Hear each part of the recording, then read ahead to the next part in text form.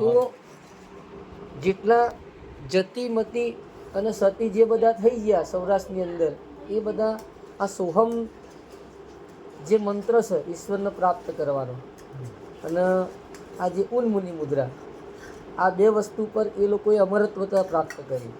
કોને? સૌરાષ્ટ્રમાં જે જતીમતી સતી થઈ ગયા, માનો કે ગંગા સતી પાનબાઈ છે, બરાબર, નરસિંહ મહેતા છે, સંત કેવલનાથ, તો જેટલા સંતો થઈ ગયા, કબીર, આ બધા સંતોએ ઉન્મુનિ મુદ્રા, એ નાકના ટેરવા ઉપર ધ્યાન કરવાનું આવે. અને આ સોહમ એટલે એ સોહમ જે મંત્ર છે એ બોલવાનો નથી, મનોમન એટલે જે 5 પ્રકારની ભાષા છે એની અંદર સ્વર, વ્યંજન, એના સિવાય. અને સોહમ છે એ ચંદ્ર છે, એક વસ્તુ યાદ રાખજો, સોહમ એ ચંદ્રનું ઉપમાનું નામ છે. સોહમનો અર્થ થાય ચંદ્ર, અને ચંદ્ર એ કોઈ પણ મનુષ્ય હોય કે કોઈ પણ પ્રાણી હોય એના મનનો તારક છે, મન સ્થિર કરે, એટલે એ સોહમ છે, એ મન છે. અને ઓહમ છે એ સૂર્ય છે, એ ધ્વનિ પ્રકાર છે. અને આ સોહમ છે એ બોલવાનું નહીં, અધૃત છે, એને બોલવાનું નહીં. એટલે જ્યારે આંખ બંધ કરી ઊંડો શ્વાસ નાભી સુધી, આપણે સૂર્ય જે છે એ પવન છે, પવનની ગતિને સ્થિર કરે છે. એટલે એ જે પવન છે આપણી નાકમાં લેવાનો છે નાભી સુધી, એની પર મંત્ર સો ચડાવવાનો છે, અને બહાર કાઢવાનો છે એની પર આપણો હમ. એટલે એ જે સૂર્યની ગતિ જે છે, પવનની ગતિ, એ તમારે નાક દ્વારા છેક નાભી સુધી જાય, અને તમારું જે મન છે એ ચંદ્ર છે એની સાથે ટક્કર થાય, એટલે પ્રાણ ઉર્જા જે આપણી હોય એ પ્યોર થાય, શુદ્ધ થાય. એટલે તમારું ચિત્ત શક્તિ છે ને, બરાબર, એ ચિત્ત શક્તિ છે એની પર ધ્યાન કેન્દ્રિત થાય. એટલે સો અને હમ નામના ઘણા લોકોએ તો આખી જિંદગી આનું જ તપ કર્યું છે, સોહમ નામના બીજ મંત્રનું જાપ કરેલો છે. એટલે જતીમતી સતી આ જ વસ્તુ કરતા હોય, એમાં એમને જ્ઞાન થઈ ગયેલું છે કે ખરેખર આ દુનિયા શું છે, આ કળિયુગ શું છે, આત્મા શું છે, પરમાત્મા શું છે, બધું જ્ઞાન એમને સોહમ નામના. તો ઘણા બધા જે સંતો મહંતો છે, કોઈ છે સોહમ બીજ મંત્રથી પહોંચેલા છે, કોઈ ઉન્મુનિ મુદ્રાથી પહોંચેલા છે, તો કોઈ કુંડલીની શક્તિ જાગરણ કરી પહોંચેલા છે, તો કોઈ ગુરુ ભક્તિથી પહોંચેલા છે, બરાબર, તો કોઈ મૂર્ત વસ્તુ પરથી આગળ પહોંચેલા છે, મૂર્તિ પૂજાથી. મૂર્તિ પૂજા એ કોઈ મહત્વની વસ્તુ છે, કોઈ નકામી નહીં. મૂર્તિ પૂજા છે એ મૂર્ત પરથી અમૂર્ત પર જવાનું છે. મૂર્તિ છે એ આકાર છે, આકારની અંદર તમારું ધ્યાન પ્રગટ થાય, એટલે તમે એમાંથી જો તમે આકારમાં નાકારમાં રહો તો તમે એટલે જ રહો, એમાંથી તમારે નિરાકાર તરફ જવું પડે. એટલે આત્માનો જે સ્વભાવ છે એ ખરેખર નિરાકાર હોવો જોઈએ.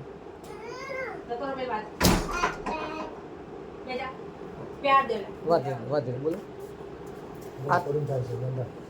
આત્માનો જે પ્રકાર છે ને, આત્માનો પ્રકાર એ નિરાકાર હોવો જોઈએ. આત્માને કોઈ વસ્તુ નડવી ના જોઈએ.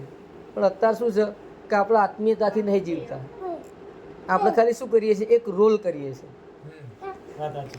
અત્યારે બધી જગ્યાએ ફોર્માલિટી થઈ ગઈ છે.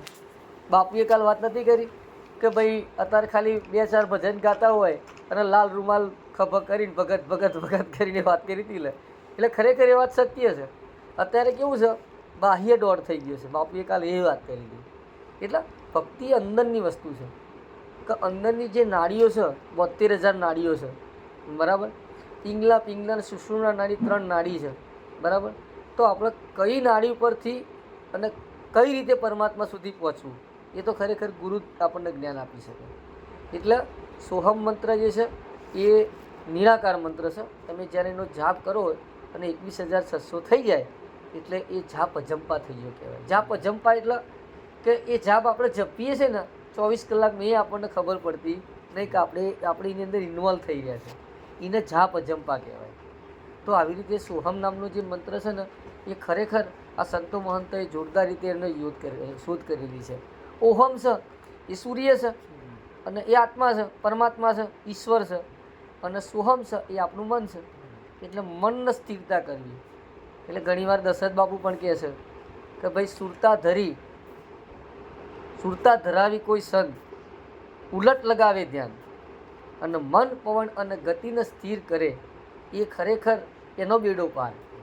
મન, પવન અને ગતિ એ આપણી અંદર બધું સ્થિર થઈ જાય અને દેહનું ભાન આપણે ભૂલી જઈએ, તારા આપણને પરમાત્માની પ્રાપ્તિ થાય છે. કાલ તમે દેહનું ભાન ભૂલ્યા, તારા તમને અંદરથી કંઈક લાગ્યું ને, અંદર કંઈક પડ્યું છે, કંઈક ચક્ર પડ્યા છે, કોઈ એનર્જી પડી છે, કોઈની કૃપાઓ પડી છે, તારા તમને સંકલન થાય. એટલે બાપુએ પેલી વાત ના કરી કે ભાઈ 3 પ્રકારની શક્તિઓ છે, જગતને માનવું પડશે અને બ્રહ્મને માનવું પડશે. જગત એ સત્ય છે, જગત એટલે માયા, તો માયામાં રહીને આપણા પંકજ જે કમળ છે એ કમળ ખીલવવાનું છે. માયા છે કિચ્ચડ છે નકરી, અને એની અંદર આપણે કમળ ખીલવવાનું છે. એ આપણા મનને ભેદી શકવાનું. મનને જ્યારે આપણે ભેદી નાખીએ, મનને જે મારી નાખે ને એ પરમ તત્વને પ્રાપ્ત કરી શકે. ગુરુ પર કોઈ લોકો આધોળ વિશ્વાસ કરતા હોય છે કે તમે તમારા મનને મારી નાખો તારા ગુરુ પર વિશ્વાસ થાય. નકર મનમાં તો કેટલાય અહંકાર છે, હું આ સમાજનો છું, હું આમ ના કરી શકું, હું તેમ ના કરી શકું, હું દીવો ના કરી શકું. એટલે તમે જે મનને મારો છો ને એ મોટા મોટી મહાનતા છે, અને તાર જ તમને જતીમતી સત્યનું જ્ઞાન થશે. એટલે આવી રીતે સોહમ નામનું મહત્ત્વ છે. હવે